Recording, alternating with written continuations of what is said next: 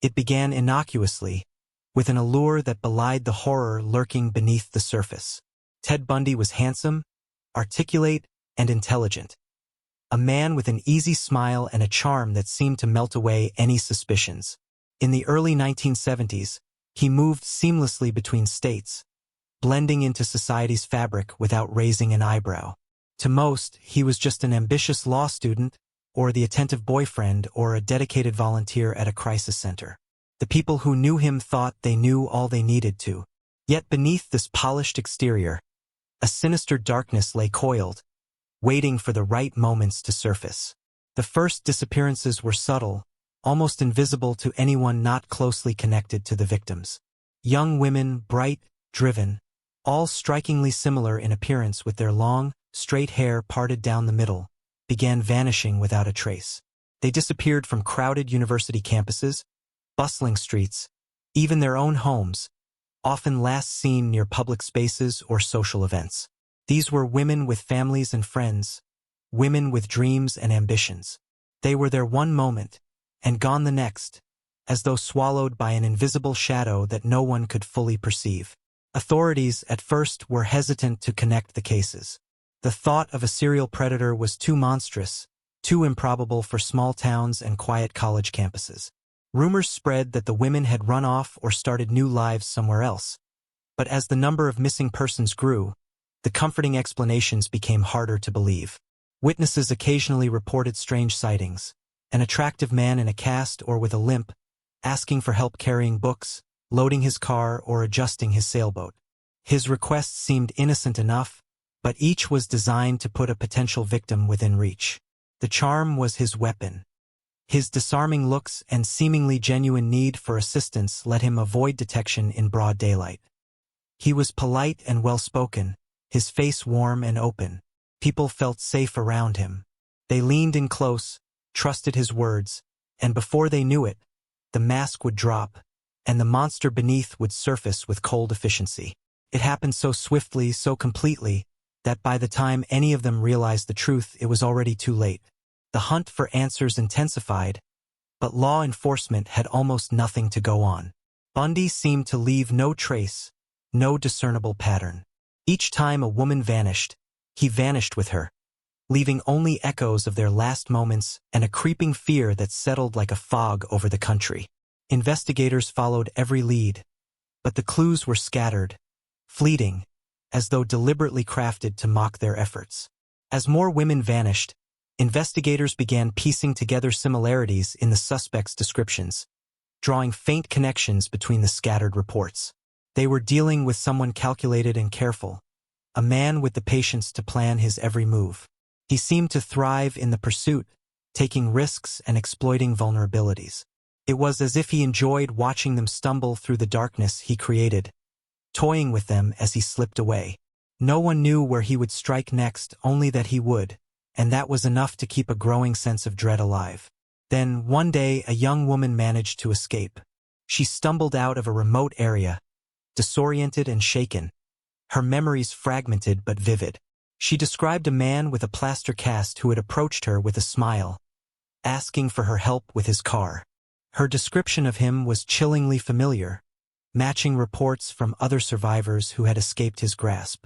Authorities knew then that they were up against someone far more dangerous than they had anticipated. This wasn't just a man. It was a ghost, moving through towns and cities, stalking his prey and then vanishing before anyone could catch a solid glimpse. Ted Bundy's profile began to emerge.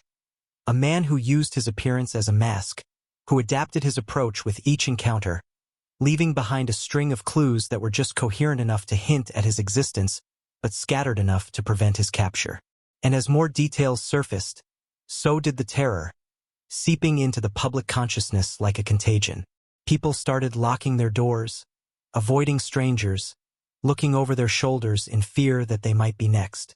Bundy sensed the rising tension, the heightened security measures. It almost seemed to amuse him, but Bundy wasn't one to be thwarted by tighter security or public fear. If anything, he seemed to revel in the challenge, as if the heightened awareness only fueled his drive. He moved from state to state, changing his tactics just enough to keep investigators guessing. He knew the risks, Yet he played his game with the kind of confidence that sent chills down the spines of those tracking him. His attacks became bolder, his methods more ruthless. Each disappearance sent shockwaves through the communities, spreading fear as people realized that they were facing an enemy who could strike anywhere, anytime, and get away without leaving a trace. As he crossed state lines, Bundy's reach began to stretch from coast to coast, leaving law enforcement departments scrambling to connect dots that seemed almost intentionally blurred. In Utah, Colorado, and Idaho, new disappearances were reported, each as mysterious as the last. He didn't limit himself to secluded areas anymore. Some of his victims vanished from the heart of busy college campuses, places that should have been safe. With every move, Bundy adjusted his strategies, shifting his appearance, his mannerisms, even his tone of voice, like a chameleon blending seamlessly into any environment he chose. In Colorado, police received reports of a man in the library, a clean-cut, studious-looking figure who approached women, striking up harmless conversations before he seemed to vanish as quickly as he'd appeared. Every detail was calculated, right down to the flicker of his eyes and the tilt of his head, each movement a thread woven into a web that ensnared his victims and allowed him to slip away. He thrived on the tension he created, savoring the thrill of a nation growing ever more paranoid and weary. Investigators were beginning to see him for what he was. A predator of terrifying intelligence, a man who thrived in the shadows, maneuvering his way in and out of lives like a phantom. Tips poured in from across the country, but each one seemed to lead only to another dead end. Each close call fueled a mounting frustration that wore on law enforcement as they grappled with the stark reality of who they were dealing with. This wasn't just an ordinary criminal. This was someone who understood their methods, who anticipated their moves before they even made them. Yet even Bundy was not invincible. During a routine traffic stop in Utah, an officer noticed a young man in a Volkswagen behaving suspiciously. His demeanor was calm, almost eerily so, but there was something off, a nervous flicker in his eyes, a tension in the way he gripped the steering wheel. The officer's instincts kicked in, and as he pulled Bundy over, he noticed strange items inside the car. A ski mask, an ice pick, handcuffs, and a coil of rope. It was an arsenal hidden in plain sight, innocuous at first glance but undeniably sinister upon closer inspection. Bundy talked his way out of immediate trouble, but the encounter left a mark. Investigators now had a name, a face, and a pattern. Slowly, Bundy's trail of destruction began to unravel. But even as they closed in, he was already a step ahead, escaping into the mountains, eluding capture with a determination that left them shaken. Authorities launched a massive search, pouring over the remote regions of Colorado with search dogs and helicopters, combing through every possible hiding spot. For weeks, Bundy stayed hidden, surviving on his wits alone, his presence like an unseen shadow that lingered over every investigation. He seemed almost mythical, the tales of his exploits spreading from town to town, each community haunted by his near escapes and his ability to blend in. Even when he was finally captured and brought to court, his demeanor remained composed, almost mocking. He represented himself with a confidence that unnerved even the most seasoned officers and prosecutors. It was as though he thrived on the attention, the courtroom becoming yet another stage where he could perform, manipulate, and charm. While awaiting trial, he managed yet another escape, this time from a high-security jail in Colorado, slipping through a hole in the ceiling of his cell and disappearing once again into the night. Bundy's escape from jail was as brazen as it was terrifying. Colorado law enforcement scrambled, launching an all-out manhunt that stretched across miles of mountainous terrain. But Bundy had learned from his previous escape attempt. He was more cunning, more prepared, and more desperate. This time he went further, moving south and slipping through state lines with a cold determination to stay free, knowing that with each passing day, the noose around him loosened a little more. He navigated carefully, hitching rides, blending in with travelers, and drifting between small towns, his face a phantom in the dark. Bundy's journey led him to Florida. A new state, a new start, but the same dark compulsions lurking beneath the surface. He was on the FBI's radar now, But that did nothing to shake his conviction. He took on the identity of Chris Hagen, posing as a quiet, nondescript law student, paying cash to avoid raising suspicion. And for a time, it worked. He found a new apartment, settled in, even appeared as a typical, unassuming resident. Yet, beneath the calm exterior, Bundy's urges simmered, and soon, his sinister instincts took over. It was a late January night in 1978 when Bundy struck again, targeting the Chi Omega sorority house at Florida State University. He moved through the house like a specter, slipping past sleeping residents, attacking without hesitation. It was brutal, merciless, and in the aftermath, 2 women lay dead, and 2 others seriously injured. The horror was swift, with no witnesses to place Bundy at the scene. By the time authorities arrived, he had already vanished, leaving behind only chaos and fear. The attack sent shockwaves through the university and beyond, thrusting the quiet campus into a spotlight of dread. Bundy had done the unthinkable, striking at the heart of a place where young people were supposed to feel safe. News reports covered every detail, amplifying the tension as people locked their doors, stayed indoors at night, and kept their guard up. Meanwhile, Bundy moved through the city unnoticed, a phantom slipping into the shadows as the hunt for him intensified. Law enforcement teams from multiple states worked tirelessly to track him, analyzing every shred of evidence, retracing his steps, and interviewing potential witnesses. They were on edge, knowing Bundy was capable of unimaginable brutality and fearing he could strike again at any moment. The entire state of Florida seemed to hold its breath as police closed in, inching ever closer to capturing the man whose name had become synonymous with terror. Finally, in a stroke of luck, Bundy was pulled over by a police officer in Pensacola, Florida, on a minor traffic violation. When asked for his ID, Bundy attempted to talk his way out, his charm intact even after weeks on the run. But the officer recognized something was wrong and requested backup.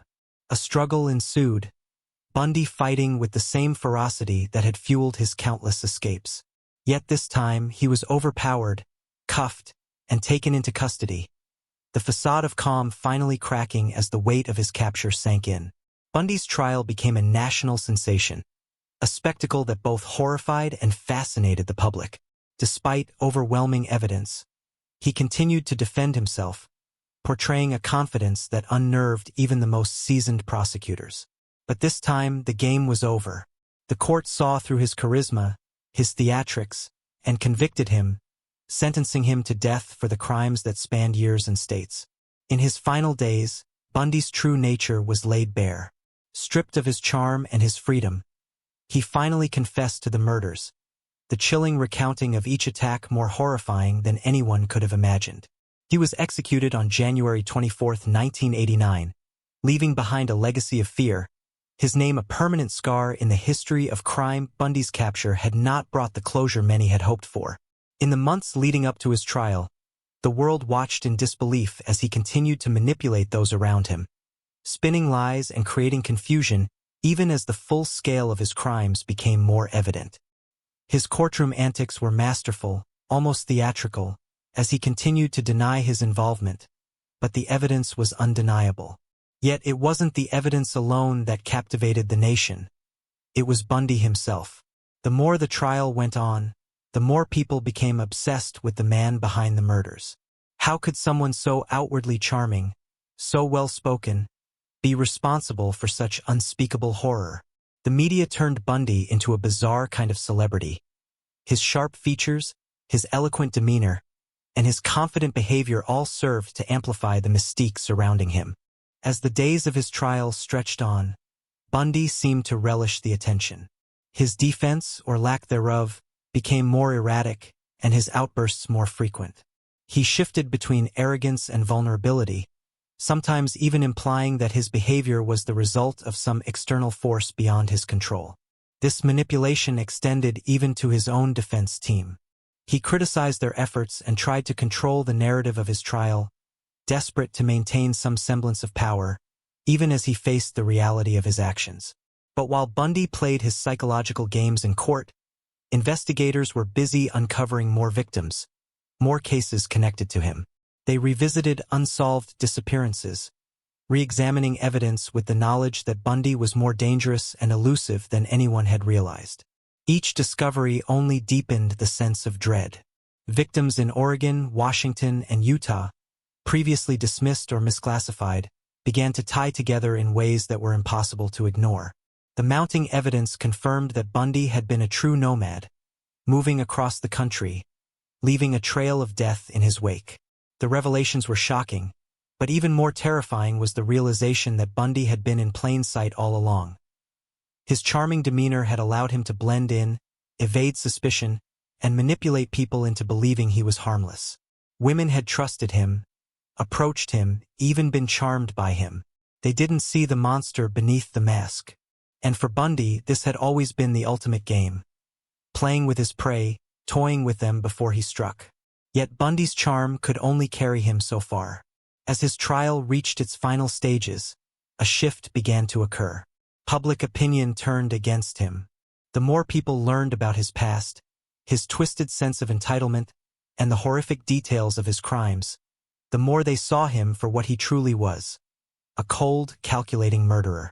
The media, once fascinated by his persona, began to focus on the victims, the lives he had destroyed, the families he had shattered, the communities he had scarred. Inside his prison cell, Bundy's arrogance began to wane. He faced the inevitable consequences of his actions. In a final attempt to delay his execution, he offered confessions, detailed and chilling, about the murders he had committed. These admissions, however, weren't made out of remorse.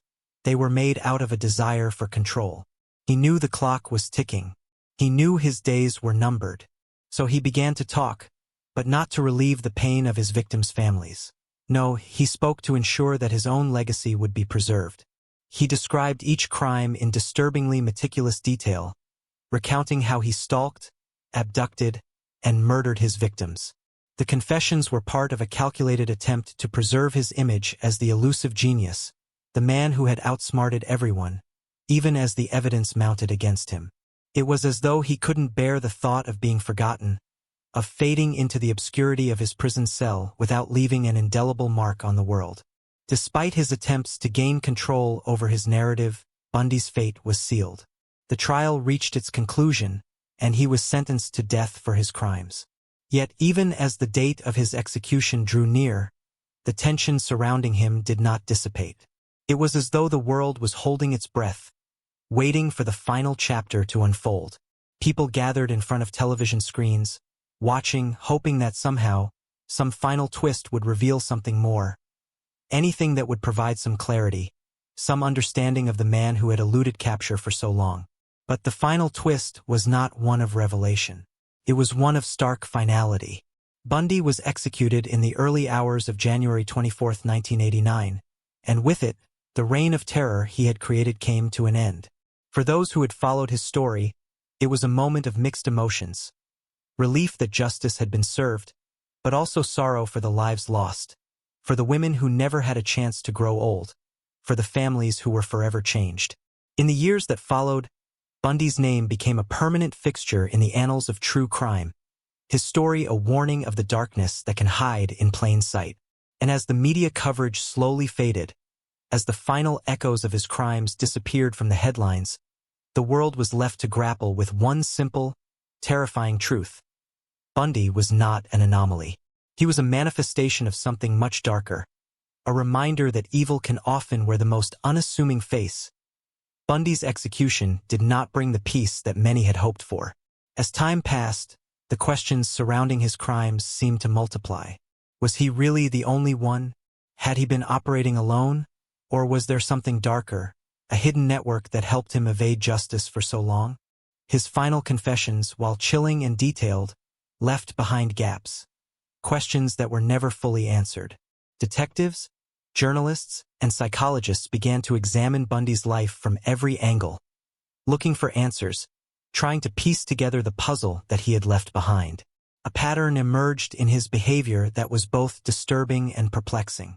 Bundy hadn't simply chosen random victims.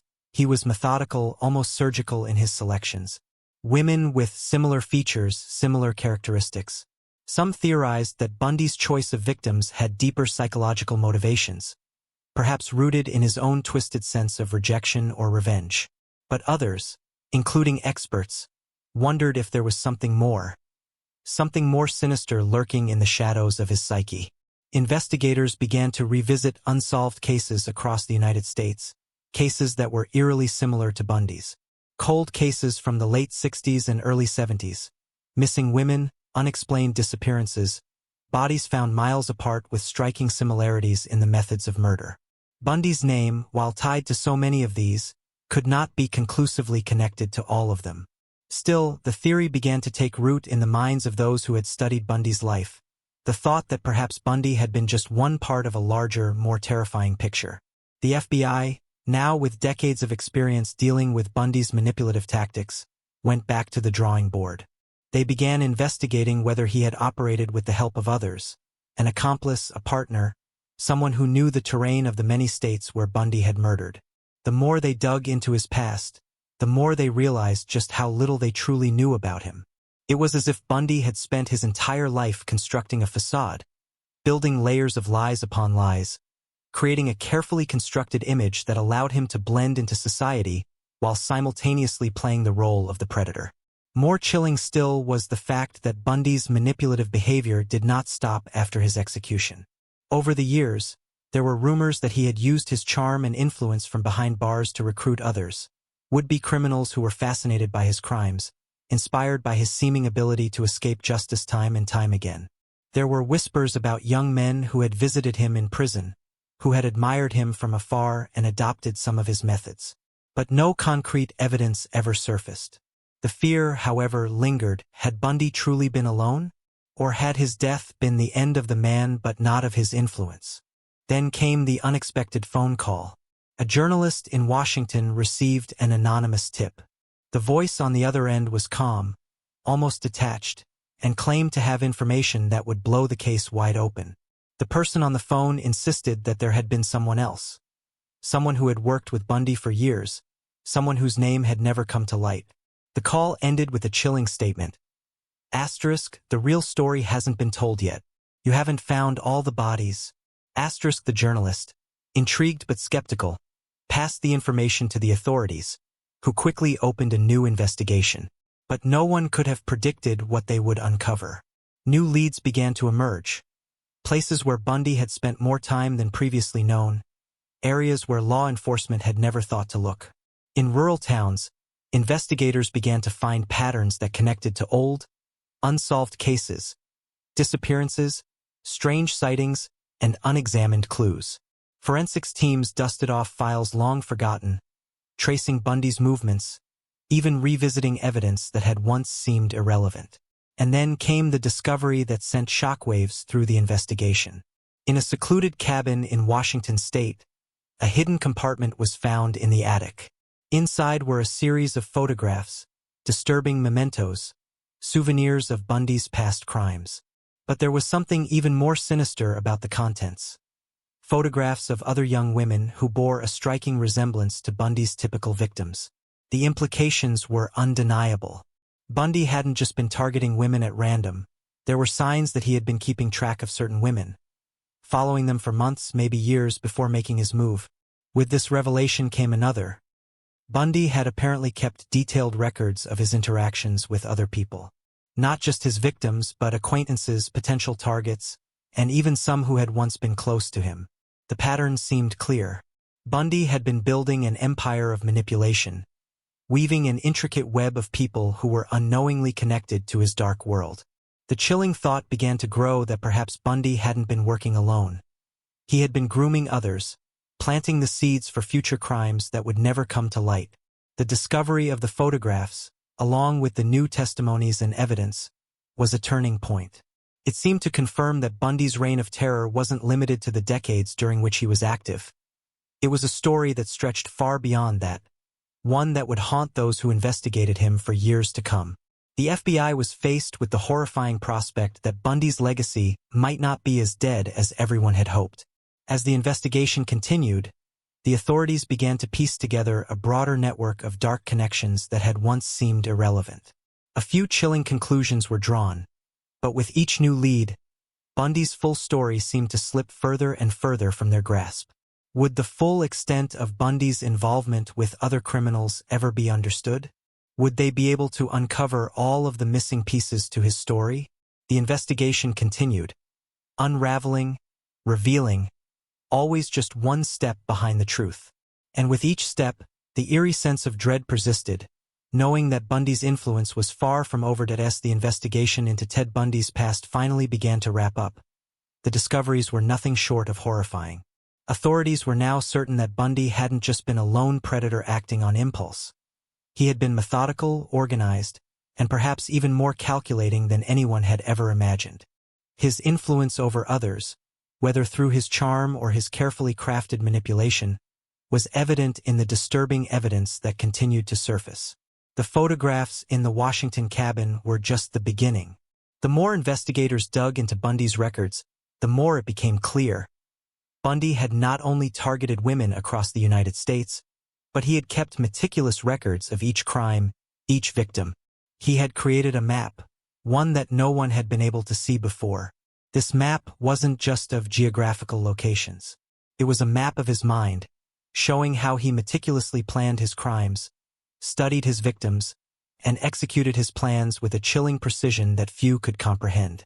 But the final shock came when investigators unearthed a list that had been buried in Bundy's personal effects. The list included names of individuals who had been connected to him, individuals who had been unaware of his dark nature. As the FBI began to follow these leads, it became clear that Bundy's web of manipulation had reached far beyond what they had originally thought. Some of the names on the list were law enforcement officers, men who had once unknowingly helped Bundy in his attempts to evade capture. There were others, witnesses who had seen him at the scenes of his crimes, people who had interacted with him at various points during his years on the run. It was a chilling realization. Bundy had been playing a game on a much larger scale than anyone had imagined. He wasn't just a serial killer. He had become a shadow, moving through society undetected, manipulating everyone in his path. One final twist emerged during the investigation. A previously overlooked confession from a fellow inmate at the Utah State Prison came to light. The inmate claimed that he had seen Bundy in the days leading up to his trial, speaking to a mysterious man who was never identified. The inmate spoke of Bundy's eerie, calm demeanor during their conversations, how Bundy seemed to be confiding in this man, someone who knew far more about his crimes than anyone realized. Authorities never found the mysterious figure, and their attempts to trace him proved futile.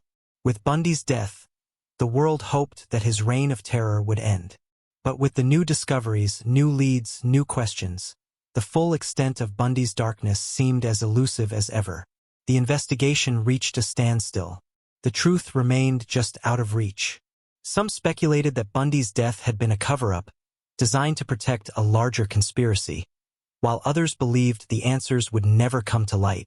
In the end, Bundy's name would forever be associated with a terrifying period in American history. But as the years passed, one thing became painfully clear.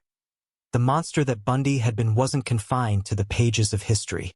His legacy lived on in the unanswered questions, in the victims whose stories were still untold, and in the mystery of who Bundy had really been, and whether he had truly operated alone.